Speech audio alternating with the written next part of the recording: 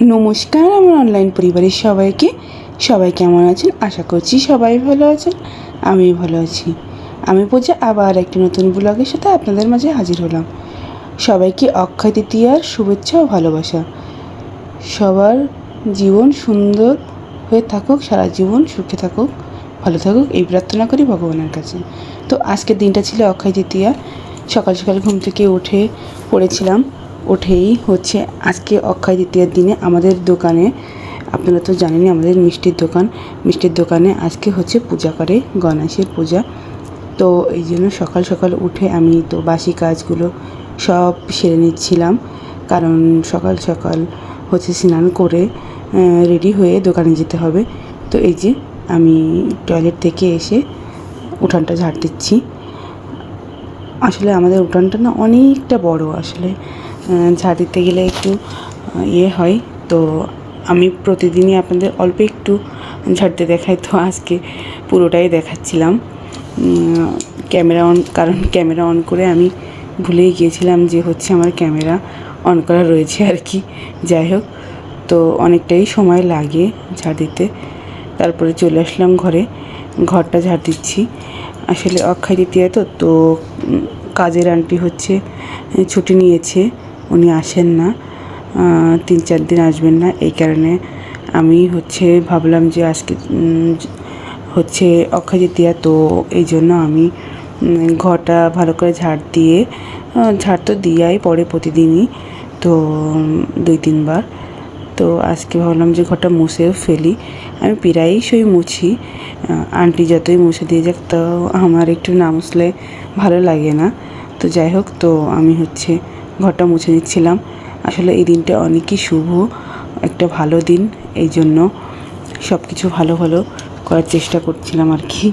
আর এমনিতেও খারাপ কিছু কেন করব বলেন, সবারই উচিত ভালো কাজ করা।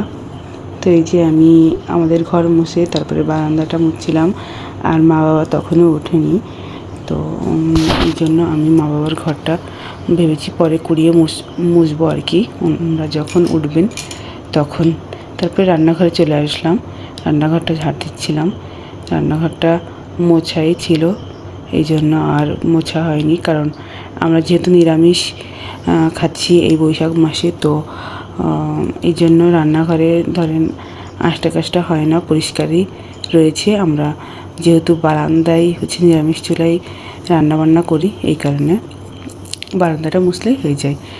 তো তারপরে আমি হচ্ছে আমিষ থালা বাসন ছিল কিছু, সেগুলো মেজে নিলাম। আর তারপরে গ্যাসের চুলাটা মুছে সব জায়গায় একটু পরিষ্কার করে এসে তারপরে মা বাবা ঘুম থেকে উঠে গিয়েছে, আমি এই যে মা বাবার ঘরটা ঝাড় দিয়ে মুছে দিচ্ছিলাম। তো যেহেতু আজকে দোকানে পূজা, এই কারণে একটু তাড়াতাড়ি হচ্ছে সব কাজ শেষ করছিলাম দ্রুত। আর মা বাবাও তাড়াতাড়ি উঠে গিয়েছে। তারপরে যে আমি স্নান করে শাড়িটা পরে রেডি হচ্ছি। আসলে এই শাড়িটা না আমার একটা মনি পপি দিয়েছে, খুব ভালোবেসে। এমনিতেও আমাকে খুব ভালোবাসে, বলেছিল পয়লা বৈশাখে পরতে, যেহেতু আমি একটু অসুস্থ ছিলাম, পয়লা বৈশাখে পরা হয়নি, সেই জন্য ভাবলাম যে অক্ষয় তৃতীয়াতেই পরি। তো এই যে আমি একটু হালকা পাতলা রেডি হচ্ছিলাম। আসলে কি জানেন, কিছুদিন আগেও না অনেক মেকআপ করতাম, মেকআপ করতে ভালো লাগতো, কিন্তু এখন না মেকআপ করতে একটু ভালো লাগে না। কেমন যেন মেকআপ করলে আমার শরীরটা কেমন ভালো লাগে না, আর অনেক ভারী ভারী মনে হয়, মুখের ভিতরে মনে হয় যে কী একটা। যাই হোক, এই জন্য আমি সিম্পলি এখন আর মেকআপ করি না। যেহেতু গরম পড়ে গিয়েছে, মেকআপ করার প্রশ্নই ওঠে না, আমার ভালো লাগে না। তো এই জন্য আমি সিম্পলি একটুখানি সেজেগুজে নিলাম। তারপরে এই যে আমি আর মা ভ্যানে করে চলে আসলাম, আর বাবা বাইকে করে আসছে দোকানে। তো এই যে আমরা সব কিছু গোছাচ্ছিলাম আমি আর মা, আর দাদুকে তিলকটা পরিয়ে দিয়েছি, মানে আমার ঠাকুরদাদা শ্বশুর। তারপরে এই যে ফল বানাচ্ছিলাম, সবটা আস্তে আস্তে গোছাচ্ছিলাম। যেহেতু হচ্ছে কালকে মানে রবিবারে অক্ষয় তৃতীয়া লেগেছে, তো শুরু হয়েছে আর কি, আর ছিল 11টা পর্যন্ত। এই জন্য একটু দ্রুতই করার চেষ্টা করছিলাম, দুজনে মিলে করেছি। এই যে সব কিছু কমপ্লিট করে দিয়েছি। তারপরে ঠাকুরমশাই পুজো করতে বসে গিয়েছেন।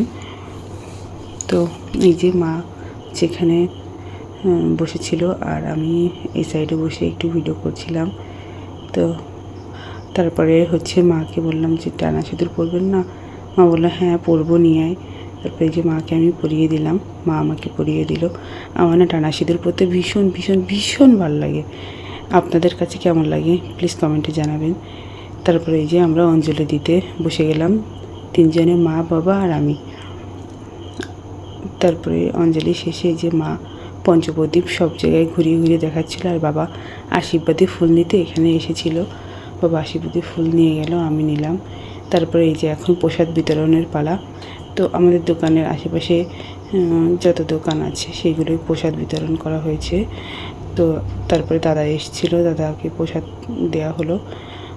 তারপরে যে আমরা বাড়িতে চলে আসলাম। আর বাড়িতে এসে ও যেহেতু বাড়িই ছিল, শরীরটা একটু খারাপ ছিল, তো ও স্নান করে খেয়ে দিয়ে এড়িয়ে বসেছিল। তারপরে একটু ভিডিও বানানোর পরে তারপরে ও তো চলে গেলো। তারপরে আমি খাওয়া দাওয়া করে একটু রেস্ট নিচ্ছিলাম।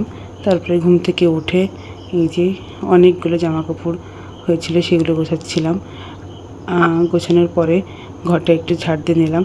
আসলে আমার ঘরটা না একটু বেশি ধুলাবালি হয় আমার মনে হয়, কেন তা জানি না, যাই হোক। তো তারপরে আমি ঘর ঝাড় দিয়ে বাইরে চলে গেলাম। আজকে যেহেতু একটা ভালো দিন, সেই জন্য ভাবলাম যে এই টবটা আমি অনেক দিন হয়েছে কিনেছি, যে ছোট্ট একটা তুলসী গাছ ভিতরে লাগাবো পুজো করার জন্য ঠাকুর ঘরে। তো এই যে সেটা লাগিয়ে ফেললাম। তারপর চলে আসলাম হচ্ছে ওল গাছ লাগিয়েছিলাম আগের দিন, ওল গাছে জল দিতে। আর আমি না মানে দেখছেন ক্যামেরা সেট করি এমনভাবে এমন এক জায়গায় রেখে দিই, ফোনটা পড়ে গিয়েছিলো। তারপরে এক জগ জল নিয়ে আসলাম কাকিদের কল থেকে। আমাদের কল না চাপিয়ে হচ্ছে জল ভরলে কেমন একটা গন্ধ বেরোয়, মোটরের জলটা ভালো হয়। তারপরে জল আনতে গিয়ে আর এক কাকি তারপরে পেঁপের চারা দিল, সেইটা এনে ছাদে লাগিয়ে দিলাম। লাগিয়ে সন্ধ্যার সময় স্নান করে আবার সন্ধ্যা লাগিয়ে এই যে ধূপ দ্বীপ জ্বালালাম। তারপরে যেহেতু সকালবেলায় হচ্ছে দোকানে গিয়েছিলাম পুজো করতে, তো আমি আমার মনের মতো করে গুপোকে পুজো দিতে পারিনি, তো এই জন্য সন্ধ্যার সময় পুজোটা দিলাম। আর সকালবেলায় ঠাকুমা দিয়েছিল পুজো, এই যে পুজোটা দিচ্ছিলাম। আসলে যে কোনো এরকম ভালো দিনে না সব কিছুই আমি চাই সব কিছু পরিপূর্ণ হোক, ভালো হোক। তো তারপরে বাবা আইসক্রিম এনেছিল, একটু আইসক্রিম খেলাম। তারপরে এই যে হচ্ছে এক কাকাদের হচ্ছে হরিসভা ছিল, মন্দিরে দিয়েছেন ওনারা, তার প্রসাদ এনেছিল ঠাকুমা, আমার যাওয়া হয়নি, তো সেই প্রসাদ পেলাম।